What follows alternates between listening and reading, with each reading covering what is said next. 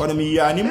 Capi king tawol ko mbawɗa ya wat feere jaaboɗa oɗo rappeur men andi kanko kam o heƴani rappeur uji nouvelle génération hewɓe te kadi o holli mon ɗum diwata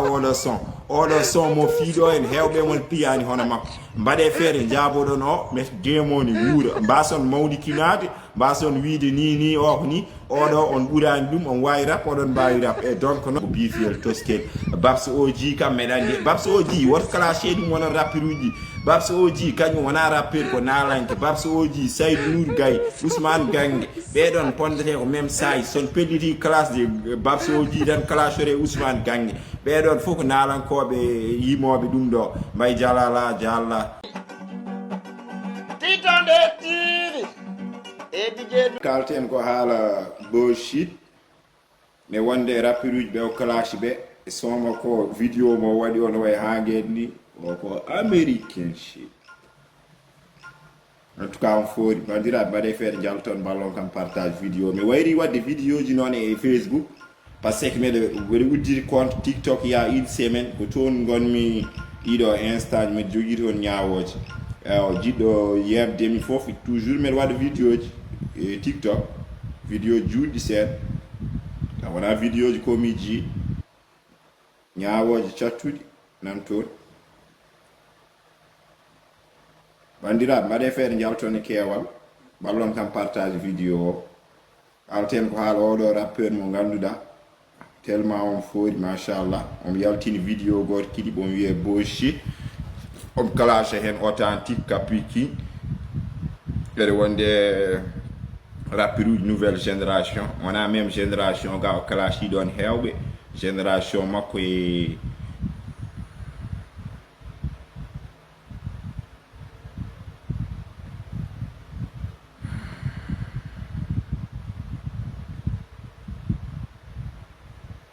kadi wonmo poɗɗeɗe évide goto ne wiye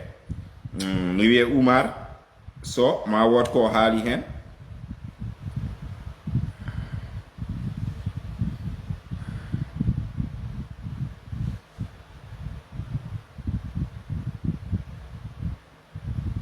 bandiraɓe on beltanama onon fof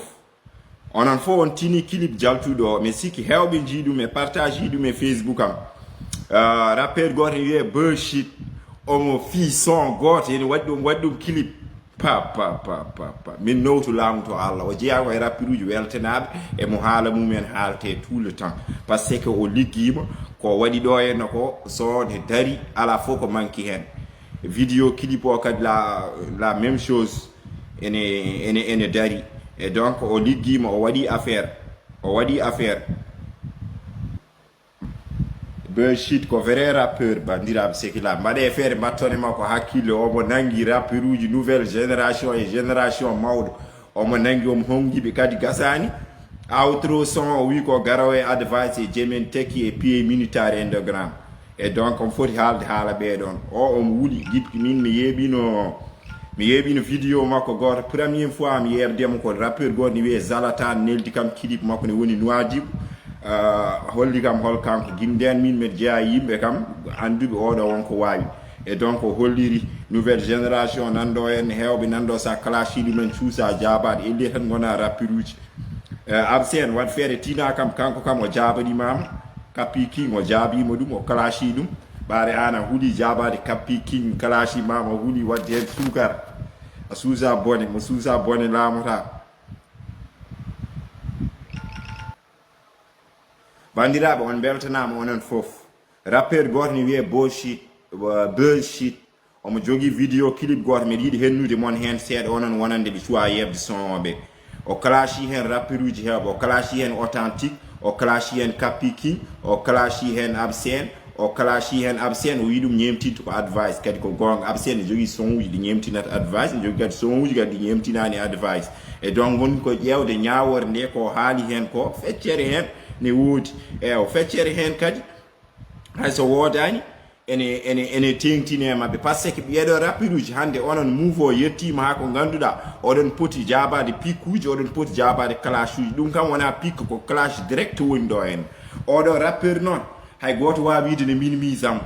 on mbawa wasde jabademo saabu haɗi moon jabademo ko forani walla o wa son oɗon gandi kamɓe o clash ɓe feccere hen on ɓuranimo wawde musique so ɓuranimo on ala ko jogani ɗon mo e on wawi ko waɗata ko ɗo kal rappeur mo memi ɗo henna huuli artude paame koy anani koko huuli suusam par ce que on boni o wona rappeur fo suus jabade ɗum onon rappeur uji wonɓe ɗo ɓe wona onon fof pour suus jabademo ne waɗi rappeur uji nanɗo hen ɓe ɓuuri wawde clashde anani ko yimɓe ɓe ganduɗa clash ta kewani clashde comme genre Me like a BuzzShit. Fuck all y'all niggas. Fuck that pimp. Fuck all y'all. Johnny Bonnet me half fair up they don't a boy ya. Very too young today. I'm a fool ya baby. Game of flap throne me I hit the dot the Tonya fia no nyamilta. donc haala toña fiya o haalata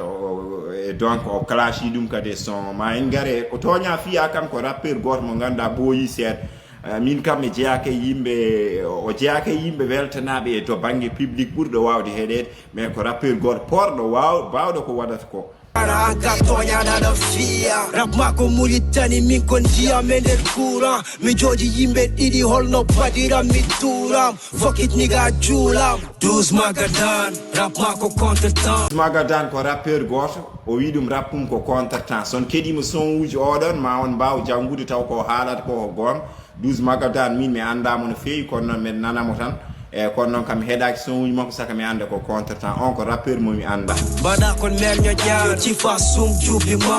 koy makko nanduɗa natti wadde sentiment rappeur mo clash ɗo fof kalko wawi wiide ɗum kalko haale mum so tawi nane mum mino mami ñaaw tengtinde ñaworde nane mum par ce que mi yi oɗo bif mo hongiɓe ɗo feccere mabɓe nanɗo hen ɓe cuusa yoftade ko haalte mabɓe ko gonga oɗon gandi gonga losol kuuɗi piya ɗum fof moddat suusa yoftade suusa artude fuck you on something fils mommy I don't work you man Khalil down a buy you up nah nigga I'm got chance don't box in my job not your jail I vacances geen dingen ñëw wat waa bëgg tek tank mang lay xaar ci jàmm shit nigga fucking def ndank authentique shit mi natti one day rap please oy ma authentique shit mi natti one day rap alandi authentique ne jogi songor ne wiya tawmi eɓe mbaɗa rap rim garmi mbaɗmi rap plus e kanko noon ko authentique o yiɗi fiiɗo beef authentique shit they rap the shit komintan wavi back shit anka real fan men bida hore maka mg da ko teenage am wodani wasan authentique wona real fake authentique ko real nik a fami authentique ko kañum ko ruwadi rap rim e donc ɗo tan ngakke ñawore makko par ce que authentique so jabaki mo minen mamen mbaw famde ɗum par ce que e vidéo ji authentique o wi kanko jabata ko rappeur anani il faut waɗa ko waɗi ko te kadi omo jogui hen gonga makko no fami o wima guiƴi ko jabata ko ɗum il faut yaha hebbinoya Sénégal hebbinoya 6F 1200 neɗɗo sooda billet ara concert mum nde wawa jabade ɗum e hakkude makko e authentique ko wi ɗum ɗo henno ko ɗon wawa welde par ce que authentique jabata komo eko wi ɗum ko par ce que authentique sa ƴeewi haali déjà wi kañum jabata ko rappeur so wona hebbinoya 6F e donc noon so yiiɗi authentique jabom il faut hebbinoya 6F Capi shit ko lil nigga me hol bide ko king nigga hold on could this be the Capi king o ma lil nigga o ma hol bide ko king nigga Capi wiyata hoore mum ko king o yiɗi widema ka wona king haydara wawani o ma kadi rap ma belani o ma kadi membre ma usbi ɓurma wawde rap kadi ko gonga usbi ga ɓurma wawde fawde heddoro usbi ala chance tan ne waɗi rapperuji nanɗoɓe ngala chance tan ɓam hebde public kono noon taw eɓe poori ɗo kala ko wiye force mind eɓen mbawi jabde ɗum Capi king gonga ne wawi clash ene wawi son clash ɗo joni welanno ko Capi king arta jaabo oɗo clash oɗo fami kadi mino kadi ɓuranno weldemi hen taw ko Capi king goto clash e son taw o rendinaniɓe kamɓe foof Capi yo artu clash am ƴeewe Capi artata clash dem par ce que Capi suusi clash de tan de komo ganduɗa clash ta kokkude hoore mum jaam mamma hatkor la même chose o yoftata ko mum so clash yimo oɗo kadi mbeɗa andi kadi o wona gartowo e o Capi men gandata ka vrai yimɓeɓe ne mbi aɗa sifore ko an woni ɓurɗo wawde clash de rapprim rapprim fof so wiyama hol ɓurɗo wawde clash de ko Capi king e donc hande kam wona an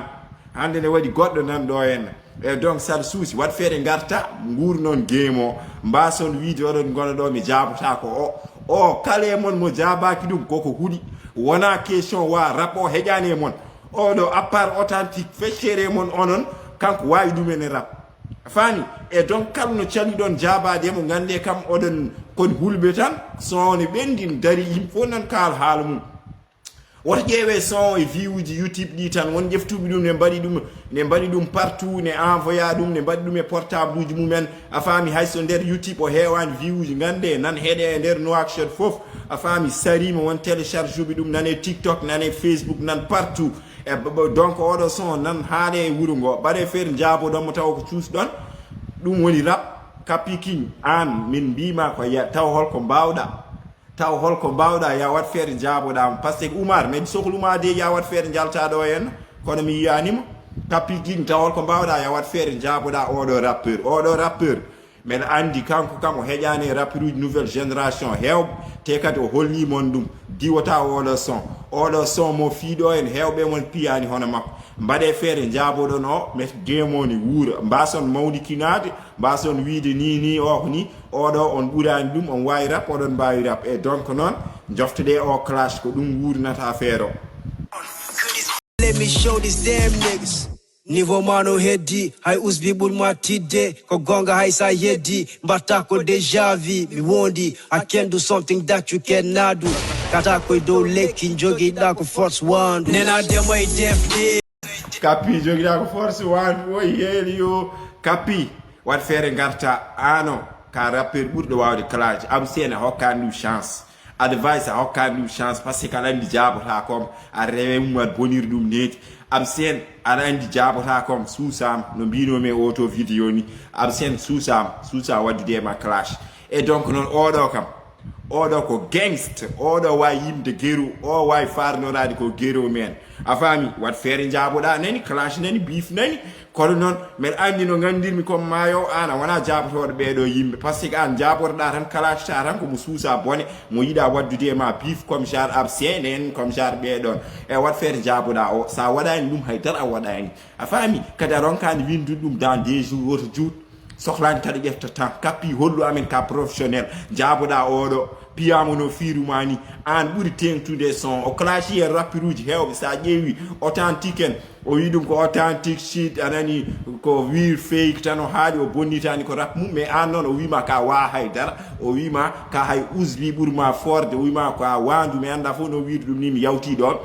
oɗo an jeeyi clash oɗo son Capi King heddiɓe fof indeji mumen nani hen babs mbiyen o wirtoto ɗumen tan kono an ko an jeeyi ɗum ko gaƴƴo tan waɗandema an goto mataw mais aɗa foti jaabade oɗo an goto min cohliya yalto jaaboɗa oɗo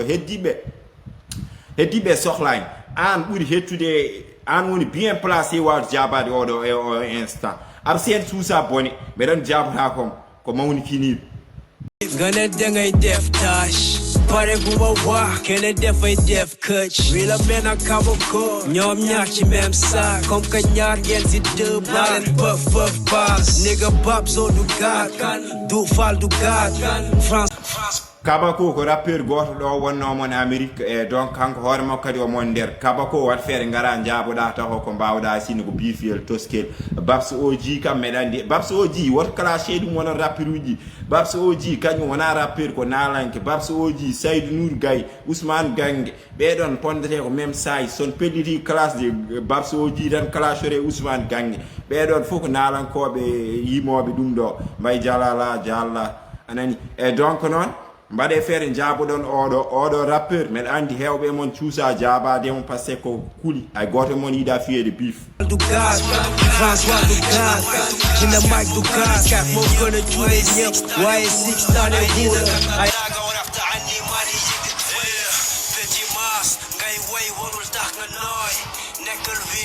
Petit Mas omo haala hen haala Petit Mas omo haala hen haala rappeur uji rim hewɓe nan nder oɗo son e donc kamɓe fof maɓe jiito hen koye mabɓe kono noon son keɗirima son o hakkille ma on gandu heddiɓe hewɓe o haalata indeji mumen seeɗa mais son o jeeyi ɗum ko Capi King a faami Capi King o minimise ɗum e son o wima kadi hay usbi ɓuurma forde anani o wima ko rap wandu batta anani ko haalantuma ko kadi o pari o wonde son o wondi hen o parande o wondi hen wiya wa ko haalantuma ko gon Capi King oɗo sa hollani ɗum an ka holyon minen min ganda hay dara wawa min ganda an cuusɗa tan ko boyuji a faami oɗo giƴe waɗa feere gara Capi woto juude kadi ɗo e 10 jours min kokkimama so tawi ka vrai yaltin anani son clash ha ɓuura oɗo welde min piyatma saliji minen fof min jaɓanma min jebbiɗo à part ça sa clashani oɗo a waɗani haydara kankone kadi o nannani hen mamma hardcore oɗo rappeur oɗo o clashiɓe kam fof mais mamma hardcore ala hen par ce que no mbiɗo men auto vidéo ni mamma hardcore ko rappeur ɓurɗo wawde clash hay rappeur goto suusa innudemo e son mum ne clashamo kam fof eɓe kokkimo eɓe respectimo oɗon domaine et donc noon Capi King emin jiiɗi garta Absen kam meɗa andi hay so nangui tan o fi ɗum cabbi e dot wona ken yofto kañum suusa reedu mo suusa bone laamota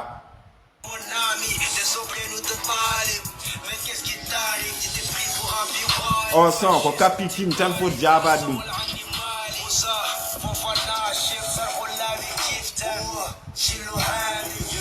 bandira pade mi wawa noddude ɗo nenɗo goto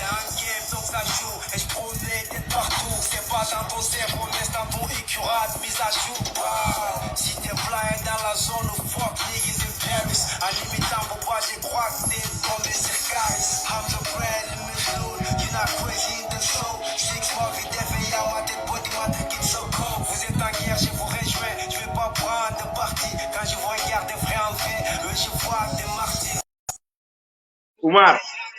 mi riɗi on ko jiɗmi namdadem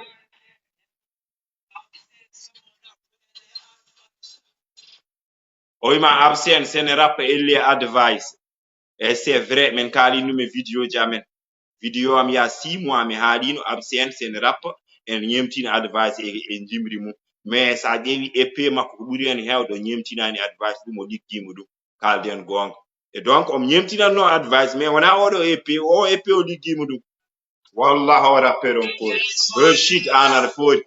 wannimama sali Procureur Général so wannimama sali keddeɗo outro holko haalan hen advice Authentique a faami ɓen kadi on foti wuttude cayaji mumen advice Authentique e pied mintari endogramme o prometi men ɗo en ma ware mabɓe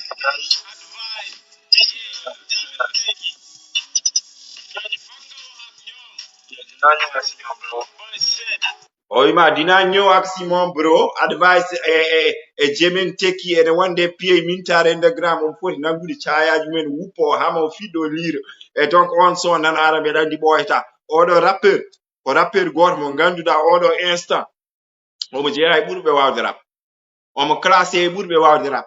mi wiyani ko kanko woni king mi wiyani ko kanko woni roi ha joni ko authentique pour gona kefta place authentique il faut ko jaltina épée ma heɗe in année jogo valeur ne heɗe jeeya ɗum partout a faami jaha partout aɗa yeeya épée o ndemin kokkuma place authentique à part ça place authentique kañum woni roi hay son clashi ɗum par ce que authentique ko liggi épée mum ha joni nan heɗe ya une année 6 mois épée o nan liggo e kadi concert aji o yihima won 150 concert e nder une année o et donc ɗum fof ko liggey mo waɗi et donc wona son goto heftoto authentique mais caggal yaltinannoɓe son uji tan son yel ɓeɗon hande omon dow ɓeɗon fof nouvelle génération hande ko kanko woni top min kokkimo meilleur ko top joni ko vrai oɗo arti dow maɓɓe tan ko on joftaki ko waɗi mon ko no hoyniri mon ni onon rappiruji mbeɗa andi feccere mon noon ko minaɓuji suusa bone laamotako et donc noon hewɓe mon laamotako eɓe jogui confiance e Capi King ma artu wawa jabademo mais heddiɓe ɓe o clash hen ɓe a faami jabotakom hay Capi King mbeɗa jogui confiance tan so yimɓe janti hen somo ƴoƴi taw ko vrai oɗo ko sayis makko woni ɗo on foori a faami o wasa mawnikinade o wasa sikkude kanko ɓuuri oɗo wawde rap o jaabo ɗum affaire o waɗa business quoi affaire o wawa marchude kono noon son mbi on jabotako oɗo déjà kanko o piiɗo mon fitti ko piiɗo mon hadma wayde ɓuuri bonde fof ko neɗɗo fiima hadma wayde woni hadma jabade son jabaki o haɗi mon wayde o fiimon o haɗi mon wayde et donc rappiruji ɓe clash hen ɓe fof ɓeɗa andi kamɓe fof wona susɓe deedi ɓe jafora kom afa be jabora comme genre babs oji comme genre be don rapiruji wabbe kabako en e ben fof kanko buri dumen niveau hejane mumen min kay jimi tan ko Capi king yo jabom men affaire on e wera babs oji en e be don ko nalankobe comme genre bay jalala en bawa wite ne badde odo bifu di don odo way wadde mum bif pour instant ko Capi king anani authentique ha joni ko bamma be kam fof jabota ko odo il faut ko hebbino CCF et donc authentique ko crashi dum hen o wi dum ko real fake authentique wala real fake authentique ko real nick authentique ko wade nouvelle génération ko hay goto mon wadani dum don kam nyaaworde tellitima e ma ano BuzzShit authentique fotani nanu dum hen dum hadi clashement jogade valeur sa hucciti e poddo no authentique a wi dum ko real fake ka jiddo yimbe jala authentique nan diggi ne yeyi algo ne yeyi épée mum ko rappiruji rim piye military endogram mo ndewnoda do wala fansma mi anda ko junior mum gonnoda ano BuzzShit authentique wadi ko piye military endogram wadani authentique wadi ko jemen tekki wadani authentique wadi ko advice wadani e so mi mon non wadi ko wadani firtani o mo rappi ko dum no o yaltini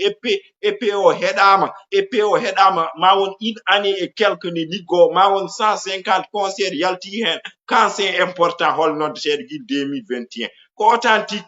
hol choose wiide ne wada concert e stade olympique ko authentique hol kebbino añam e stade uji buri mawnuji e Sénégal CCF et nouvelle génération ko authentique et donc authentique non ko kanyum woni dow parce que ko liggey mum fami e onon heddibe fo mon dow mon Capi king non e wawi arde yofto kambe didi han bay waddude bif bandiraɓe on beltanama onon fof mi jogi ko mbanmi dum tagi live o juutani mi yinno juuta ha ɓuuɗo ɗo partager vidéo bandiraɓe sekilaɓe Capi king e men padma e Oumar a weltanama mi yiɗino yimɓe kaldu